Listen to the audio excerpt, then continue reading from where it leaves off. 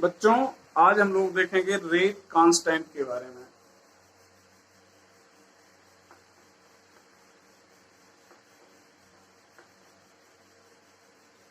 Rate constant, बल्कि यहां पर हम लोग स्पेसिफिक वर्ड जोड़ दें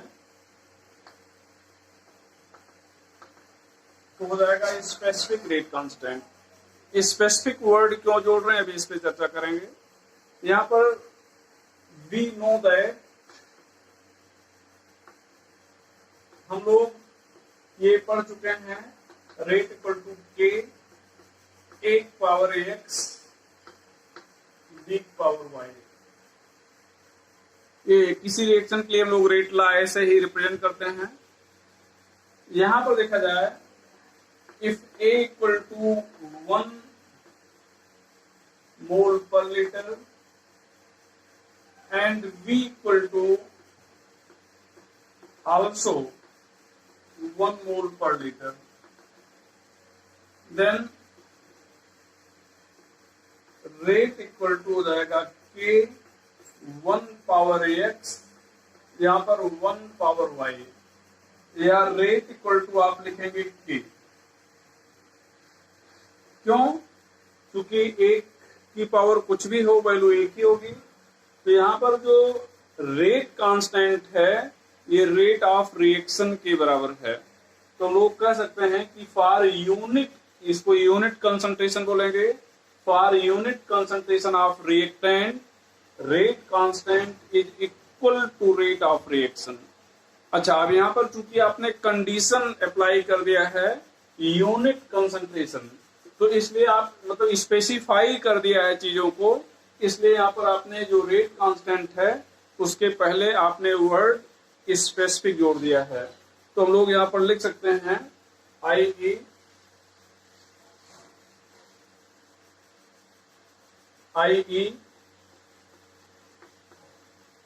for unit concentration of reactant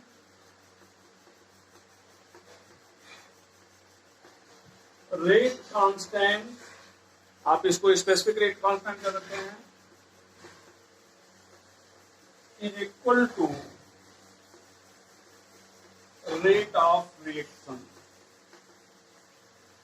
for unit concentration of reactant rate constant is equal to rate of reaction. तो जब रिएक्टेंट का कंसंट्रेशन यूनिट होगा उस समय जो रिएक्शन का रेट कांस्टेंट है वो रिएक्शन के रेट के बराबर होगा। तो इस चीज को हम लोग जानते रहेंगे। यहाँ पर अगर हम लोग इसके यूनिट की बात करें, यूनिट ऑफ रेट कांस्टेंट, तो जो आपने लिखा था, जो आपने यहाँ पर फार्मूला लिखा था, आया था, उसके अकॉर्डिंग तो आपने यहाँ पर लिख रहे हो रेट इक्वल टू के। तो यहाँ पर इसके अकॉर्डिंग तो रेट मतलब जो रेट कांस्टेंट है उसकी यूनिट हो जाएगी मोल। रेट की यूनिट मतलब यहाँ पर मोल, यहाँ पर लीटर, यहाँ पर सेकंड।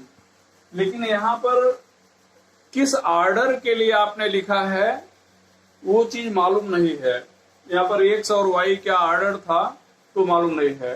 वैसे यहाँ पर ये चीज जीरो ऑर्डर के लिए है। ये चीज किसके लिए है?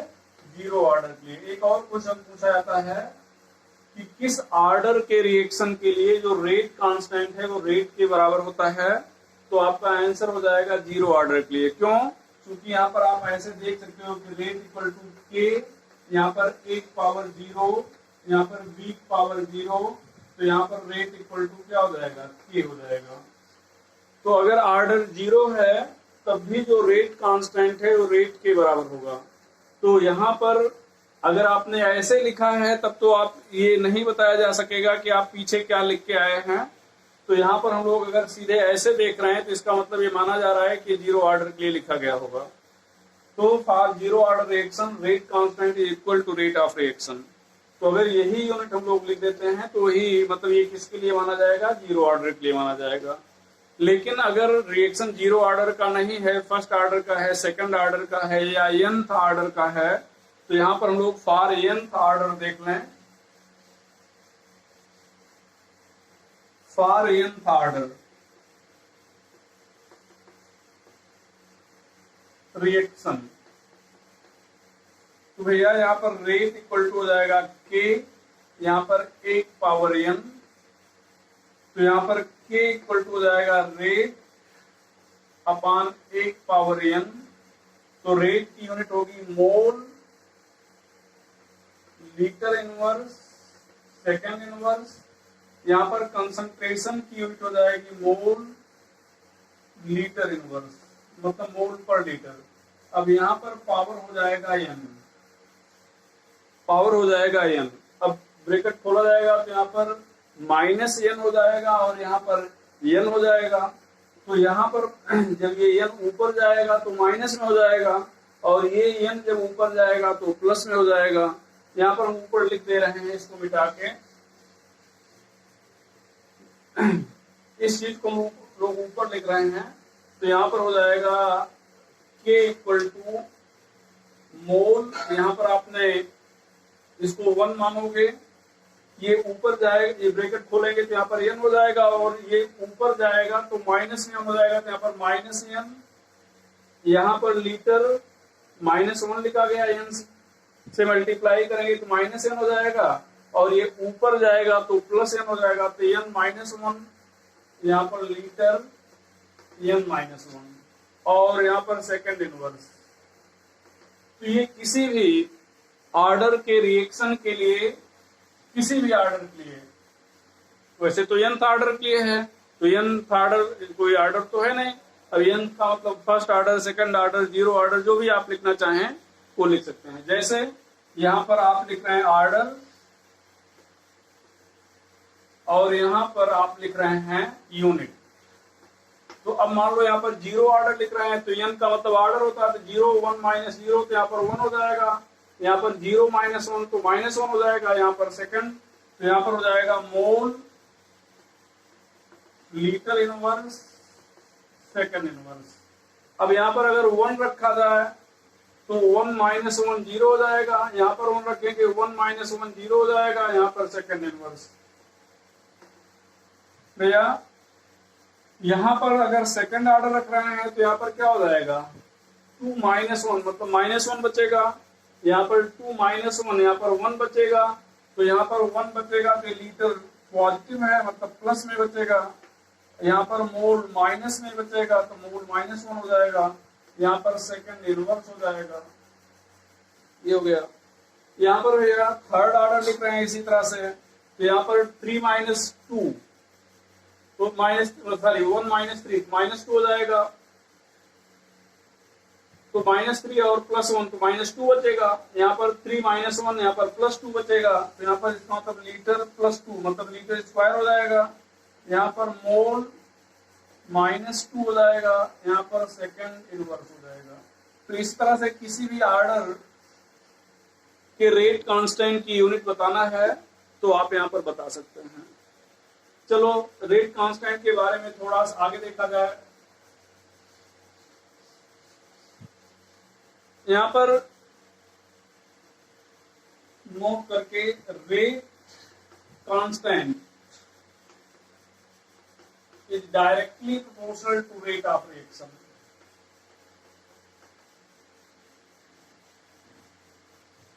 Rate constant is directly proportional to rate of reaction.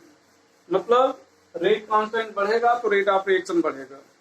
Rate constant is inversely proportional to activation energy.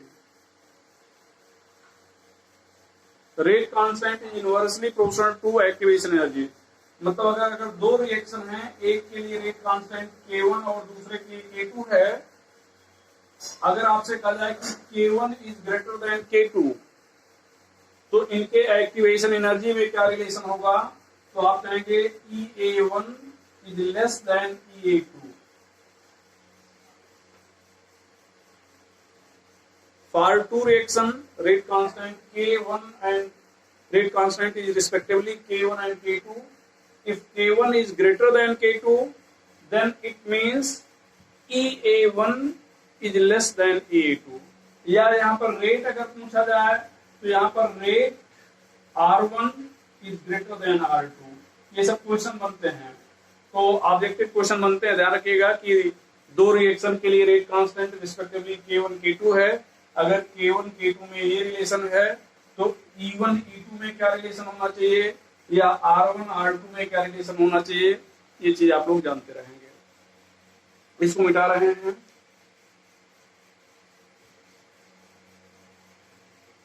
Rate constant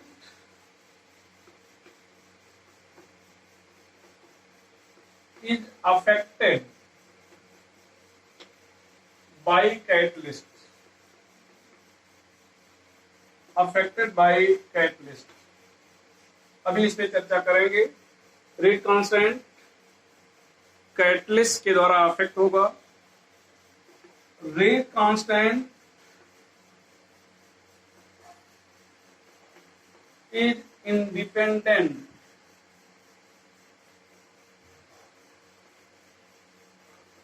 of temperature, independent of concentration। Bracket में फॉर फर्स्ट ऑर्डर। कई बार बुक में सीधे क्वेश्चन पूछता है कि रेट कांस्टेंट किस पर depend नहीं करेगा, तो हम लोग कहते हैं कंसंट्रेशन पर। उसमें किस ऑर्डर के लिए है तो ये नहीं बताया था आपने। यहाँ पर देखो लिखा रहा होगा, यहाँ पर K = 0.693/T²।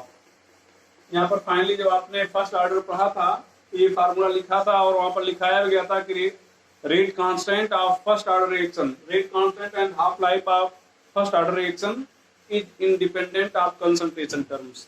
तो ये चीज आपको पहले भी बताया गया था। तो यहाँ हो गया कि रेट ऑफ रिएक्शन के डायरेक्टली क्वेश्चन होगा, एक्टिवेशन एनर्जी के इनवर्सली क्वेश्चन होगा, कैटलिस्ट के द्वारा अफेक्टेड होगा। कैटलिस्ट के द्वारा अफेक्टेड कैसे होगा, कैटलिस्ट जो है रेट को अफेक्ट करता है, रेट को घटाता है, रेट को बढ़ाता है। तो अगर रेट को घटाएगा तो चूंकि रेट डायरेक्टली प्रोपोर्शनल है रेट कांस्टेंट के, इसका मतलब रेट कांस्टेंट भी घट जाएगा। रेट को बढ़ाएगा तो रेट कांस्टेंट भी क्या होगा, बढ़ जाएगा। ये कंसंट्रेशन पर डिपेंड नहीं करता। अगला पॉइंट हो जाएगा रेट कांस्टेंट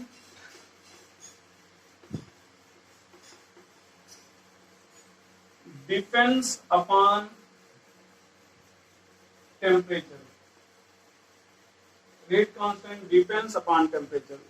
तो रेट कांस्टेंट टेम्परेचर पर भी डिपेंड करता है। तो इस चीज को भी आप लोग जानते रहेंगे कि रेट कांस्टेंट टेम्परेचर पर भी डिपेंड करता है।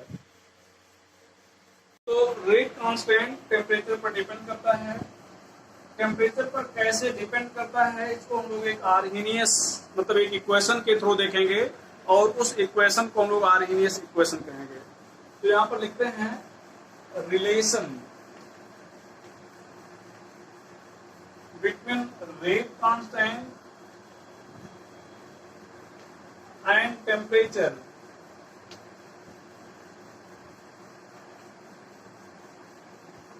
was represented by Arrhenius। Relation between rate constant and temperature was represented by Arrhenius as follow। यहाँ पर K = A e⁻ EA/RT, where K rate constant, R gas constant, T temperature in Kelvin। या आपको बता दें कि chemistry में किसी भी फार्मूले में अगर कैपिटल T है इसका मतलब वो टेम्परेचर केल्विन में लिखा जाएगा। कई बार आपको बताए भी होंगे, आप जानते रहेंगे। EA एक्टिवेशन एनर्जी,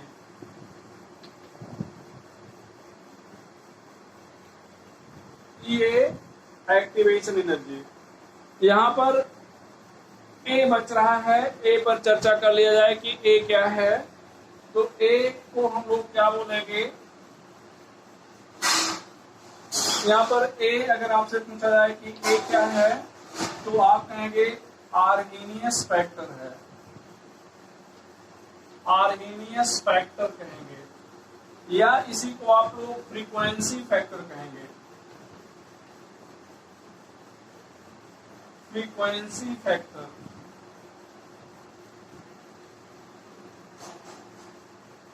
ई जो है एक्सपोनेंशियल फैक्टर है, तो चूंकि ई के पहले है इसलिए आप इसको प्री एक्सपोनेंशियल फैक्टर बोल सकते हैं।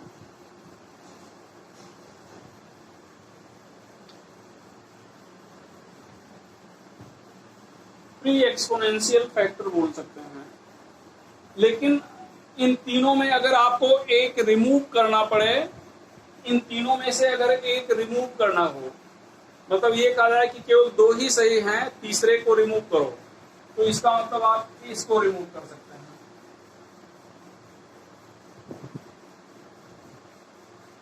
एक्सपोनेंशियल फैक्टर के पहले आप कुछ भी लिख दें वो प्री एक्सपोनेंशियल हो जाएगा, लेकिन जरूरी तो नहीं है कि वो ए हो जाए। एक्सपोनेंशियल फैक्टर के पहले कुछ भी लिख देंगे वो क्या हो जाएगा, प्री एक्सपोनेंशियल फैक्टर, लेकिन जरूरी नहीं कि वो ए हो जाए।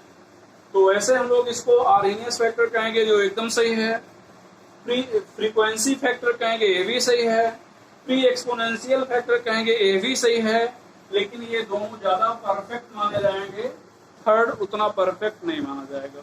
एक बार ये पूछा गया क्वेश्चन है, CGPMT में पूछा गया था और इसमें भी क्वेश्चन था कि इसमें कौन सा सही है, तो नंबर 1, नंबर 2, नंबर 3, एक में था 1 2, एक में था 2 3, एक में था 1 3 ऐसे था। तो आप इसको हमेशा आप सही नहीं मान सकते, तो ये चीज हो गई। चलो भैया इसको मिटा रहे हैं। अब यहाँ पर देखा जाए, वैसे ये फर्स्ट ऑर्डर के लिए है, ये क्वेश्चन फर्स्ट ऑर्डर के लिए है। तो यहाँ पर देखें भैया, if t equal to infinite कर दें, if t equal to infinite, तो यहाँ पर इनफाइनाइट रखेंगे, r से मल्टीप्लाई करेंगे, इनफाइनाइट आ जाएगा। अब एक्टिवेशन एनर्जी को इनफाइनाइट से डिवाइड करेंगे, वैल्यू 0 हो जाएगी। किसी वैल्यू को आप इनफाइनाइट से डिवाइड करेंगे तो वैल्यू 0 हो जाती है, तो इसका मतलब ये पूरा पार्ट 0 हो गया। और e की पावर 0, तो किसी भी वैल्यू की पावर अगर 0 है तो वैल्यू 1 हो जाती है। तो अगर ये 1 हो गया इसका मतलब के, देन यहाँ पर हम लोग क्या लिखेंगे, k equal to a, then हम लोग क्या लिखेंगे, k इक्वल टू ए। तो यहाँ पर अगर t इनफाइनाइट कर दिया जाए तो रेट कांस्टेंट की वैल्यू आर्हेनियस फैक्टर के बराबर होगी। जैसा हम कह रहे हैं कि फर्स्ट ऑर्डर के लिए है, तो a की अगर यूनिट पूछा जाए तो फर्स्ट ऑर्डर के लिए जो यूनिट होता है रेट कांस्टेंट का, वो सेकंड इनवर्स होता है। इसका मतलब a की यूनिट जो होगी ये भी क्या होगी, सेकंड इनवर्स होगी। तो जो फर्स्ट ऑर्डर के रेट कांस्टेंट की यूनिट है वही आर्हेनियस फैक्टर की भी यूनिट हो जाएगी। मतलब अगर आपसे कहा जाए कि a की यूनिट क्या होगी तो आप कहेंगे सेकंड इनवर्स होगी। एक बार IIT में एक क्वेश्चन पूछा जा चुका है कि यहाँ पर सारी चीजें दी गई थी कि t इनफाइनाइट, मतलब सारी चीज दी गई थी, r दिया गया था, एक्टिवेशन एनर्जी दी गई थी, आर्हेनियस फैक्टर भी दिया गया था। यहाँ पर आपसे कहा गया था कि अगर t इनफाइनाइट कर दिया जाए तो रेट कांस्टेंट की वैल्यू क्या होगी, तो रेट कांस्टेंट की वैल्यू a के बराबर हो जाएगी। ये चीज आप जानते रहेंगे। अच्छा, होता क्या है कि जब बहुत सारी वैल्यू दी गई हैं, तो बहुत सारी वैल्यू दी गई हैं तो आपको लगता है कि यहाँ पर कुछ न कुछ सॉल्व करना पड़ेगा, लेकिन बस आप देख रहे हैं सॉल्व करके क्या आ रहा है, के a के बराबर आ रहा है। तो इसका मतलब k और a आपस में क्या हो जाएंगे, बराबर हो जाएंगे। यहाँ पर कुछ भी आपको सॉल्व करना नहीं है। चलो भैया आगे देखते हैं हम लोग। अब यहाँ पर हम लोग आर्हेनियस इक्वेशन लिखे हैं। अब अगर हम लोग दोनों साइड का हम लोग क्या ले लें, लॉग ले लें, taking log of both side, तो यहाँ पर हो जाएगा log k, यहाँ पर log a, यहाँ पर log लेने पर e हट जाता है, तो यहाँ पर हो जाएगा माइनस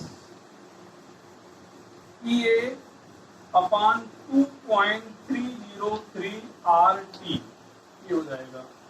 तो अगर दोनों साइड का log ले लिया जाए तो log k इक्वल टू हो जाएगा log a minus EA upon 2.303 RT हो जाएगा।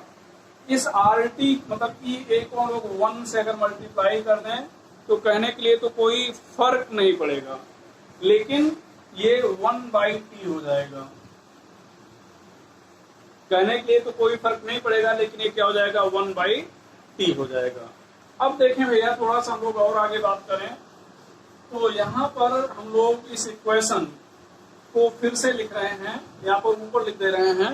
यहाँ पर आपने लिखा है log k, यहाँ पर log a, यहाँ पर माइनस EA अपॉन 2.303 RT, ये इक्वेशन आपने लिखा है। आप ये नीचे वाले को फिर से ऊपर लिख दिए हैं। अब this equation can be compared with straight line equation y equal to mx plus c। इसको आप स्ट्रेट लाइन इक्वेशन से कंपेयर कर सकते हैं y equal to mx plus c से। तो अगर यहाँ पर y equal to mx plus c से कंपेयर करते हैं, ये log k y मान सकते हैं और 1/t को आप क्या मान सकते हैं, ये x मान सकते हैं। ये दो वेरिएबल हैं, तो x और y और x वेरिएबल होता है, तो यहाँ पर k वेरिएबल है और t वेरिएबल है। तो इन दो वेरिएबल के बीच आप ग्राफ खींचेंगे। तो जब आप ग्राफ खींचते हैं तो m यहाँ पर स्लोप होता है, तो यहाँ पर इसके मतलब x की साइड में जो लिखा गया है वो स्लोप है, मतलब ये वैल्यू स्लोप है। तो आप इतने को आप स्लोप कहेंगे, ये स्लोप है। और ये जो c है ये यहाँ पर ये हो जाएगा। तो आप अगर इसको कंपेयर कर रहे हैं स्ट्रेट लाइन इक्वेशन से, तो यहाँ पर हो जाएगा ये चीज, मतलब c इक्वल टू हो जाएगा log a, log k equal to हो जाएगा y, x को मान सकते हैं 1/t और m की वैल्यू हो जाएगी, m क्या हो जाएगा ये चीज देखिए ये। तो यहाँ पर m अगर पॉजिटिव है तो स्लोप ऊपर जाएगा, और यहाँ पर क्या है नेगेटिव, तो स्लोप नीचे आएगा। तो इसका मतलब अगर आप log k और 1/t के बीच में ग्राफ खींचें तो ये स्ट्रेट लाइन, एक बार सीबीएसई पीएमटी में पूछा जा चुका है कि log k और किसके बीच में ग्राफ खींचते हैं, तो 1/t के बीच में। अब यहाँ पर 1/t के बीच में, 1/t स्क्वायर के बीच में, t स्क्वायर के बीच में, किसके बीच में, तो 1/t के बीच में ग्राफ खींचेंगे। अब यहाँ पर ये ग्राफ खींचेंगे तो ये स्लोप ग्राफ इस तरह से आएगा, ये इसका स्लोप हो गया। यहाँ पर ये इंटरसेप्ट हो गया। यहाँ पर इंटरसेप्ट अगर पूछ लिया जाए, इंटरसेप्ट क्या होगा, तो आप कहेंगे log k होगा। स्लोप क्या होगा, slope minus EA upon 2.303 R होगा, ये स्लोप हो जाएगा। तो यहाँ पर आपको log k और 1/t के बाद बीच में ग्राफ खींचा गया, तो इंटरसेप्ट क्या मिला बता दिया गया, स्लोप क्या मिला ये भी बता दिया गया। तो ये दो चीजें हो गई भैया। एक बार सीबीएसई पीएमटी में ये भी पूछा गया था कि ये है किसके लिए है, एक्सोथर्मिक रिएक्शन के लिए या एंडोथर्मिक रिएक्शन के लिए है। तो यहाँ पर ध्यान दें ये 1/t है। 1/t होने का मतलब आप इधर जा रहे हैं तो 1/t बढ़ रहा है, आप इधर जाएंगे तो 1/t बढ़ेगा, मतलब t घटेगा तभी 1/t बढ़ेगा। तो t घटने का मतलब टेम्परेचर घटने का मतलब हो गया कि मतलब एनर्जी निकल रही होगी, एनर्जी निकल रही होगी, इसका मतलब एक्सोथर्मिक रिएक्शन है। तो this graph is for exothermic reaction. This graph is for exothermic reaction. तो ये एक्सोथर्मिक रिएक्शन के लिए ग्राफ बनाया गया है। तो इस चीज को भैया आप जानते रहेंगे। यहाँ तक हम लोगों ने चर्चा कर लिया। अब अगर रेट कांस्टेंट को हम लोग दो डिफरेंट टेम्परेचर पर लिखें,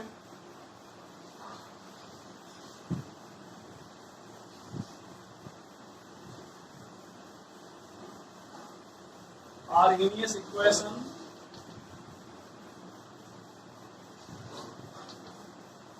at two different temperature, Arrhenius equation at two different temperature। तो यहाँ पर देखा जाए बेटा, यहाँ पर हम लोग लिख रहे हैं log k1, यहाँ पर log a minus EA upon 2.303 RT1, और यहाँ पर हो जाएगा log k2, यहाँ पर log a minus EA upon 2.303 RT2। ये इक्वेशन 1 हो जाएगा, इक्वेशन 2 हो जाएगा। सब्सट्रैक्टिंग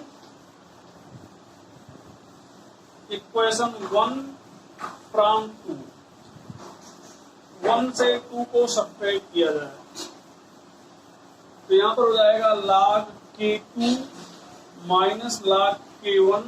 यहाँ पर सब्ट्रैक्ट करने पर ये कैंसिल हो जाएगा, सब्ट्रैक्ट करने पर इससे इसको सब्ट्रैक्ट करेंगे तो माइनस हो जाएगा, ये कैंसिल हो जाएगा। यहाँ पर इसको सेपरेट करेंगे तो माइनस माइनस प्लस हो जाएगा और ये माइनस ही आ जाएगा, तो माइनस EA अपॉन 2.303 RT2। अब यहाँ पर minus minus EA upon 2.303 RT1 किया जाएगा भैया, ये प्लस हो जाएगा। तो इसको हम लोग प्लस वाले को पहले लिख लेंगे, माइनस वाले को बाद में कर लेंगे। यहाँ पर log है, log माइनस में है तो 1/, के रूप में आ जाता है, ऊपर लिख रहे हैं। तो यहाँ पर हम लोग लिखेंगे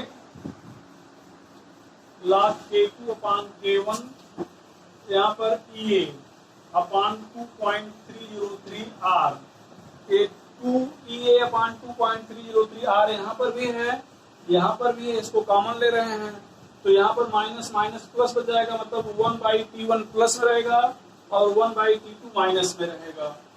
तो यहाँ पर हो जाएगा 1/T1 माइनस 1/T2। आप इसको और आगे अगर आप बढ़ाना चाहें तो log K2 अपॉन K1, यहाँ पर EA अपॉन 2.303 R, यहाँ पर T2 माइनस T1 T2। तो इसको लोग इक्वेशन 3 बोलते हैं। Equation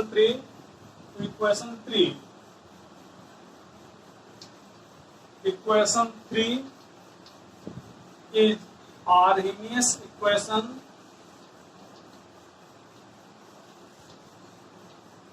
at two different temperature.